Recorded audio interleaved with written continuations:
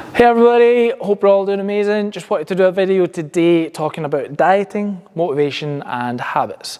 It's going to be a bit of a longer video and it's not going to be about the specifics that you need to follow, like MyFitnessPal or meal plans or what food you should eat or shouldn't eat.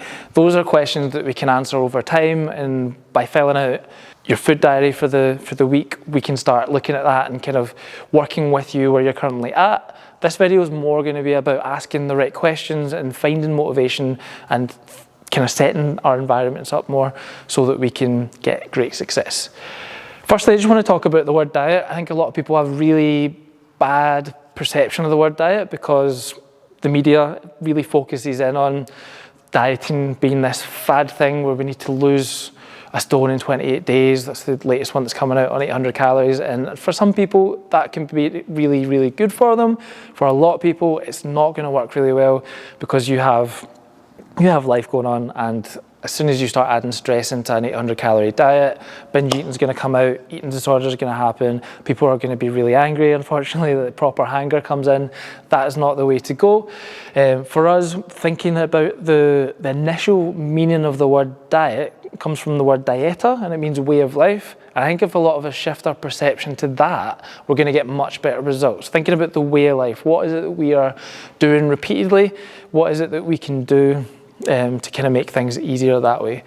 And I think if we change away from the modern perception of the word diet, where we need to do things in 4 weeks, 6 weeks, and like, yeah, having goals is really, really good, but thinking about bigger picture things and actually making smaller steps that are going to be more manageable for us.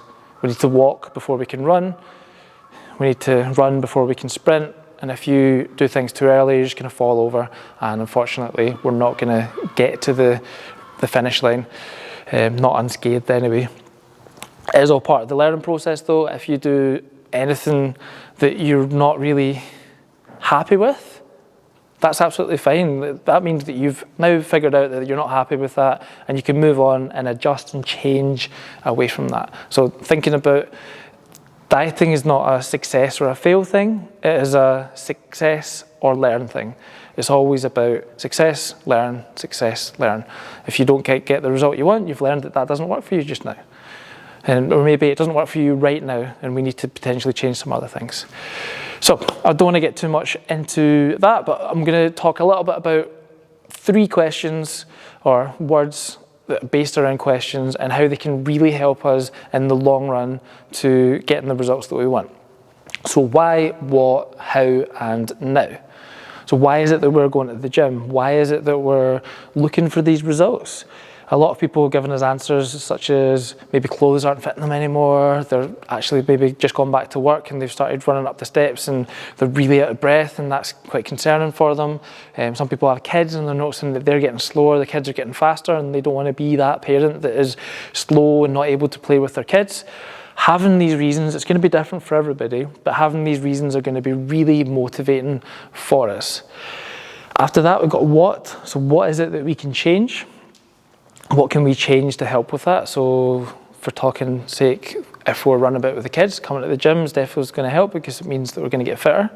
If we change our diet alongside that as well, we're also going to feel a little bit better. If we've got less weight to carry about, it's always going to be a lot easier. There's loads of things that we can change, and they're very specific, but just thinking about your lifestyle and like, okay, what can I change? I'm just going to check my phone quickly. So how will you make your intervention, and how are you going to measure it? So how is it that you are going to facilitate this change? How is it that you're going to make sure that you do this? And then what is it or how is it that you're measuring? So are you using measuring tapes? Are you jumping on the scales? Are you doing some fitness tests occasionally? I know we've got a few people that are doing 5Ks as a metric of their fitness, which is pretty cool. Some people, it might be the weight that they can do for 10 reps. For some people, it might be that they've gone down a dress size, all stuff like that. So having that in there as well is definitely going to help too. And then now is what now? What are you going to do this week? Keep it small, 1 or 2 things at the beginning. Don't take off more. Don't bite off more than you can chew. You want to make it quite manageable. And if we make it manageable, we're going to make it much easier, and we can add in more things. 1 or 2 things every single week means you're going to have 50 to 100 changes in your current lifestyle. If they stick, that's absolutely amazing. Even if half of them stick and you've changed 50 things, that is loads. Imagine writing down 50 things that you've changed. That's a big change. Like, for some people, we don't even need that. It might just be 10 changes, everything's going well. We don't need to change anything. So maybe by week 3, when we're asking these questions, when we get to what now, it's stay the same. You've lost 2 pounds last week. It looks like you're going to lose 2 pounds this week. What now is continue on the path. If you are losing 2 pounds though and you're not really enjoying it, then yeah, maybe changing it up. But sometimes people are always looking for the new thing, and they're like the dogging up, where they've got the dog with a collar that goes squirrel. And it's like, new thing, I need to do this new thing. And we don't really need to do that. Sometimes we feel we do, but if we go back to the questions again and going, why am I doing this? And you see that you are getting closer to the reason why you're doing it, then you're not going to need to change every 2-3 weeks what you're doing. You're going to feel motivated to some extent by this. You will get peaks and troughs, and it's going to be a little bit harder at times, but 100% that will help. Next, I want to talk about the kind of motivation and habit side of things a little bit as well, because I think a lot of people always think that they need to be motivated, and especially when you're starting a diet, I just want to let you know right now that you're not going to be motivated for the next year every single day. If you are the exception, and well done to you. You are like a feather in the wind, but a lot of people will feel like a brick in a sandstorm at some point. So life is going to get in the way, and unfortunately we're not going to feel super motivated to make loads of changes, which is where tiny habits come in place, and which is where it's like, what now do we change?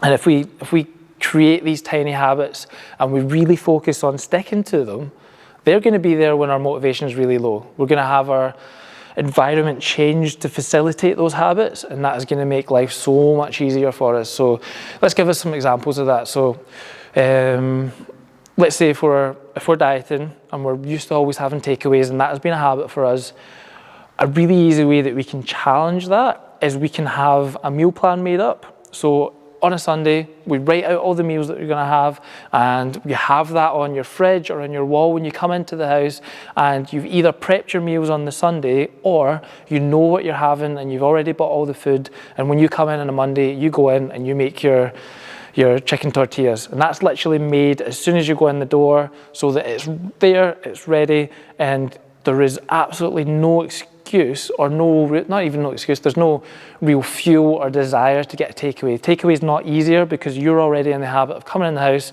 putting that on, and it's just part of it's autopilot. You're just there, you've done it, boom, it's cooked, it's ready, and that's it. It doesn't have to be as soon as you come in. It could be that you go away and like take off your clothes, blah, blah, blah, do whatever you want and come back and do that. But if you have it there ready and it's a set time that you make it, you're going to make it so much easier. The more we do something, the easier it gets to do it repeatedly.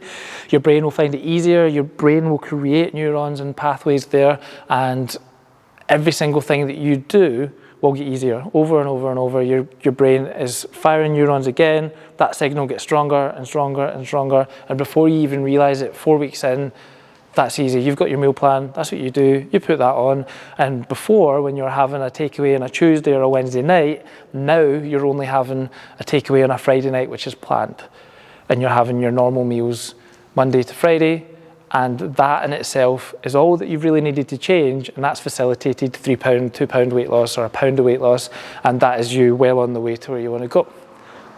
Awesome. Just wanted to kind of put that out there. There's obviously loads of examples, but just wee tiny things like that, putting things in place inside your house can make a big, massive difference.